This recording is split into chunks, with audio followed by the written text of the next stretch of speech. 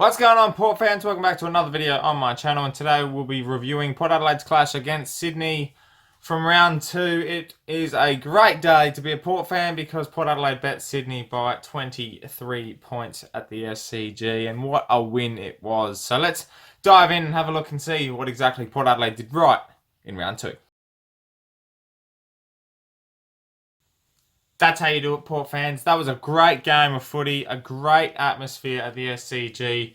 To see our boys take on a big powerhouse like the Swans and take them down like that is sensational. We were in the contest from the beginning. It was a very, very sloppy game to watch, especially when the humidity kicked in. It was just a wet soap to be playing with that footy, but nonetheless, Port Adelaide got the job done by 23 points, and I tell you what, that is a special win, and that is something that I wanted. I wanted that win so bad for our boys to prove to the haters and the doubters that we can beat a top 8 side, and to knock off Sydney again 2 years in a row like we did last year is a credit to Port Adelaide and a credit to the boys to really push through and claim a win. That was unlikely in the first half. I will admit that I had my doubts, and if you were following the Portraits podcast, you would have seen that I had a couple of doubts. I didn't really think that, with our performance in that first half, we didn't look too clean, especially when we had 35 inside 50s to 14 going Sydney's way. 14 inside 50s and a half a footy. Had no opportunities, but nonetheless, we're only 14 points down at half time, and we claimed not a miracle win, but a gutsy win. And it's something that you don't see too much from Port. I mean, the old Port would have just gone in their shell a bit more. But the thing I noticed, Port fans, is a change in momentum. And we kept that momentum, which was key. We don't usually do that. Usually we lose the momentum and then the game goes from the grasp of our hands just out. And we lose that momentum. But we scratched it back.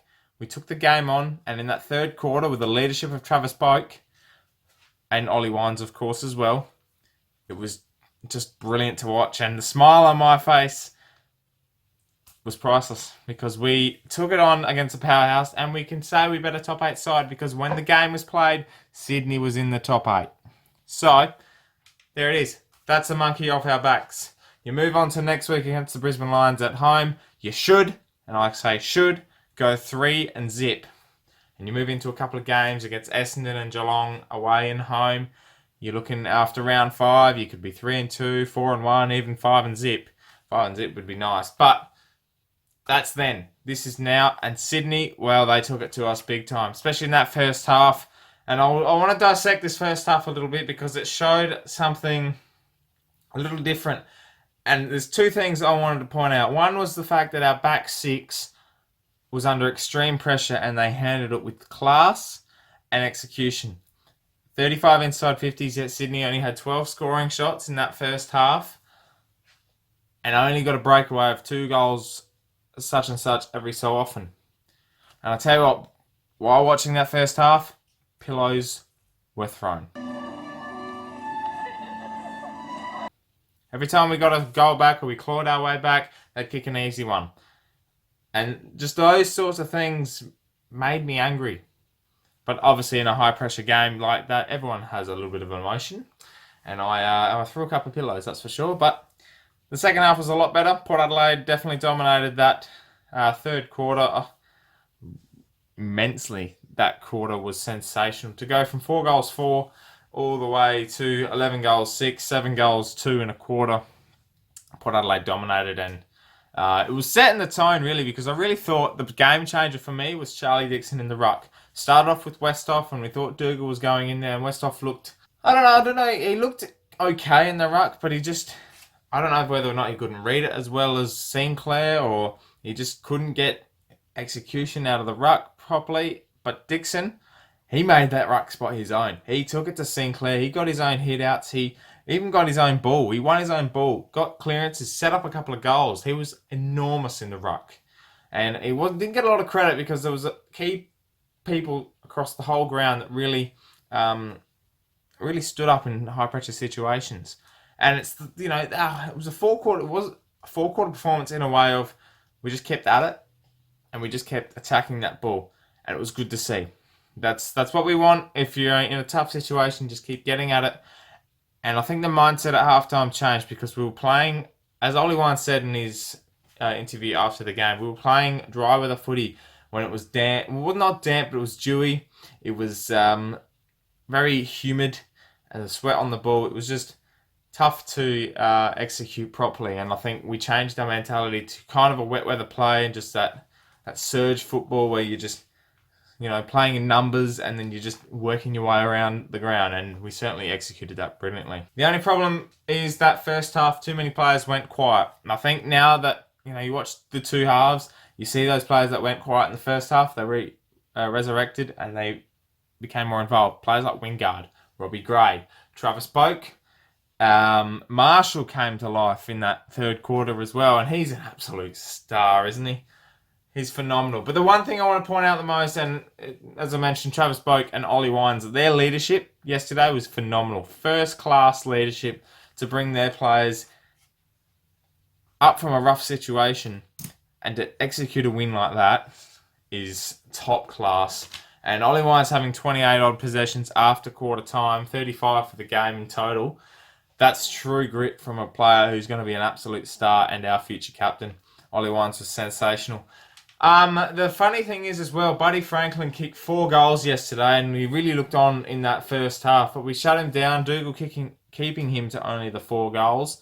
And he kicked 4 goals last year against us as well, but we still ended up winning the game. So I'm thinking that if Buddy kicks any more than 4 in a game against Port, Sydney will usually win. But Sydney had too many passengers in that second half, and it was a complete turnaround of momentum. And to keep Buddy to only the 4, even though his presence was immense down in their forward half, that's a really gutsy win and a really, really positive note for Dougal, especially to know that he can not only be a rebound player as a tool, but also be that key centre half back and take on the big names. And we won't have to worry as much as, without these players not being in and taking on the big players, because Dougal's going to be there. And he's an outright star, Dougal. He should not be overlooked anymore because he's developing, and I think he's played the best 13 games I've ever seen ever from a young player. So he's on the board. And speaking of young players, Todd Marshall was absolutely phenomenal, and we found a player, Port fans, 6th on the Coleman medal list with 7 goals. Todd Marshall, he kicked 4 last week, 3 yesterday against the Swans, and we play Brisbane. If he kicks another 3 or 4 goals, he's going to be almost our number 1 forward target, especially with Paddy being out. Charlie going to be in more in the ruck. Westhoff is roaming around as his normal role. Jack Watts is finding his feet. And Todd's going to stand up. And if he has a couple more games like that, he will be in really good consideration for being one of the best young developing players in the comp. I think he already is that, but he's just overlooked. And finally, just to want to touch on one more thing before we move on, is the fact that our back 6, as I've said, is the best in the league. As a 6 group of 6 defenders, best in the league by far. They're just such a unit. There's no standout player. They all do their role. They all do their part. Players like DBJ, Dougal Howard, Tom Jonas with his leadership. Riley Bonner's going to be the rising star this year. He was phenomenal again, kicking his first goal. And Hamish Hartlett as well, along with Tom Cleary. They're just outright stars. And with the leadership of Hammer and Tommy Jonas, they're going to stop a lot more forward lines than they are going to get dominated. And it's going to be great to watch because I think with more, bringing these recruits in, it's actually excelled the younger players to do better. So not only do we have these star recruits in, the new developing players that we've got are excelling even more. And that's great and that's fresh. That's fresh for a club and that's really unique. And when you have that unique situation happening, it's good times for the club. The only negative yesterday was Tom Rockcliffe. I feel that he is still finding his feet and maybe be a little bit underdone with his match fitness. And the worry with Chad Wingard with his hamstring as well was a couple of negatives from the game yesterday. Obviously, the first half is another one that's a negative. But overall, that game yesterday was won in the second half, especially in the third quarter. And with the leadership group excelling yesterday, good times are ahead for the club. And I can't wait till round 3 because it's only 6 days away.